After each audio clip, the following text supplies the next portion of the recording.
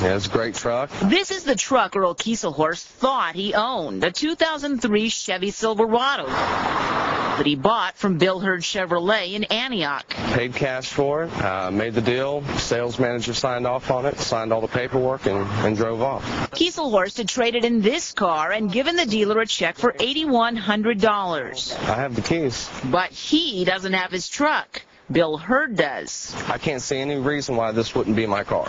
Just one day after he bought his truck, a salesman from Bill Hurd called Kieselhorst to say the dealership was having second thoughts about the deal. And if Kieselhorst wanted to keep his truck, he was going to have to pay another $10,000, something he refused to do.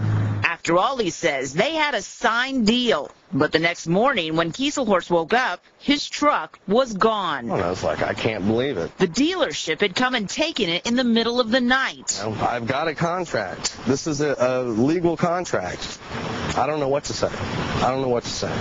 Metro Police investigated and wanted to file charges against Bill Hurd for stealing the truck. So the general sales manager admitted to you that they sold the truck to him and then came back and took the truck from him? Yes. Detective Ray Paris got this statement from Bill Hurd, blaming a rookie salesman for what happened and calling it a mistake. They inadvertently sold the vehicle at lower cost than what they should have. It's not a mistake. Kathleen Callaghan says the Better Business Bureau has received literally hundreds and hundreds of similar complaints about the Bill Hurd dealership. More complaints by far than any other auto dealer in all of Middle Tennessee. Not only is this an unbelievable volume of complaints, most of them are unresolved. Callaghan says in this day and age, dealers know exactly how much a vehicle is worth. And if a dealership truly does make a mistake, they'll take the loss rather than call the customer and demand he make up the difference. There is absolutely no reason for a sale not to be final when the customer walks out of the dealership. Yet even after Bill Hurd had taken back the truck, the salesman called Kieselhorst again. He calls me back and offers to sell it to me for $11,000 more than I paid for it. Kieselhorst said no way, and even though he still believes he is the rightful owner of the truck, when we went looking for it at Bill Hurd, we found a customer checking it out. But they told you it is for sale. It's for sale. And moments later, a saleswoman confirmed it. Is it for sale? It is.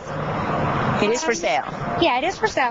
The whole thing it's just gotten more ridiculous and more ridiculous. And now the self-proclaimed largest dealership in the world is accusing Kieselhorst of, quote, trying to pull a fast one on them. This is the way this company does business.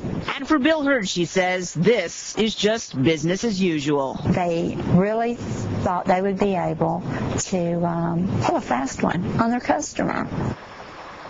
Now, after we tried to get their side of the story for days, Bill Hurd finally faxed us this statement tonight saying that Earl Kieselhorst, quote, should have known that the deal he got was too good to be true. Bill Hurd says it is not reasonable or fair to expect the dealership to be bound by a sale where a clear and material mistake was made and that the customer was aware that it was a mistake.